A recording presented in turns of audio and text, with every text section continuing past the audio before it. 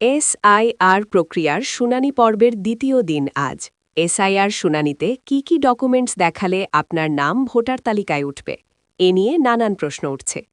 আপনারা জানেন গতকাল ২৭ ডিসেম্বর থেকে শুরু হওয়া এই শুনানিতে প্রথম দফায় প্রায় ৩২ লক্ষ নো ম্যাপিং ভোটারকে ডাকা হয়েছে।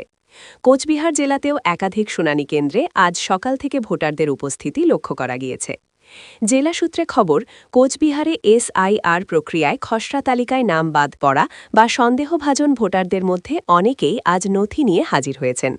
প্রধানত ২০০২ সালের ভোটার তালিকার সঙ্গে যোগসূত্র না মেলা ভোটারদের শুনানি চলছে। ইআরও ও এইআরও আধিকারিকরা দায়িত্বে রয়েছেন এবং প্রতি কেন্দ্রে মাইক্রো অবজারভার নিয়োগ করা হয়েছে স্বচ্ছতার জন্য। কোচবিহারে এসআইআরের বিশেষ প্রসঙ্গ। কোচবিহার সীমান্তবর্তী জেলা হওয়ায় এখানে ছিটমহল বাসিন্দাদের নাম যাচাইয়ে বিশেষ নজর দেওয়া হচ্ছে। খসড়া তালিকায় কোচবিহার থেকে ১ লক্ষের বেশি নাম বাদ পড়েছে, যা নিয়ে স্থানীয় স্তরে আলোচনা চলছে। তৃণমূল কংগ্রেসের তরফে অভিযোগ উঠেছে যে শুনানির নামে বয়স্ক ও প্রান্তিক ভোটারদের হেনস্থা করা হচ্ছে। জেলায় তৃণমূলের সহায়তা শিবির খোলা হয়েছে ভোটারদের সাহায্যের জন্য। আজ রাজ্যের ৩,২৩৪টি কেন্দ্রে শুনানি চলছে।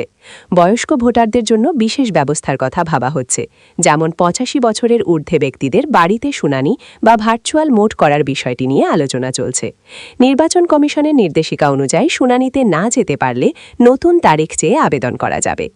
স্থানীয় সূত্রে জানা গিয়েছে, কোচবিহারের বিভিন্ন ব্লকে শুনানি শান্তিপূর্ণভাবে চলছে, তবে কিছু ভোটারের মধ্যে নথি জমা দেওয়া নিয়ে উদ্বেগ রয়েছে।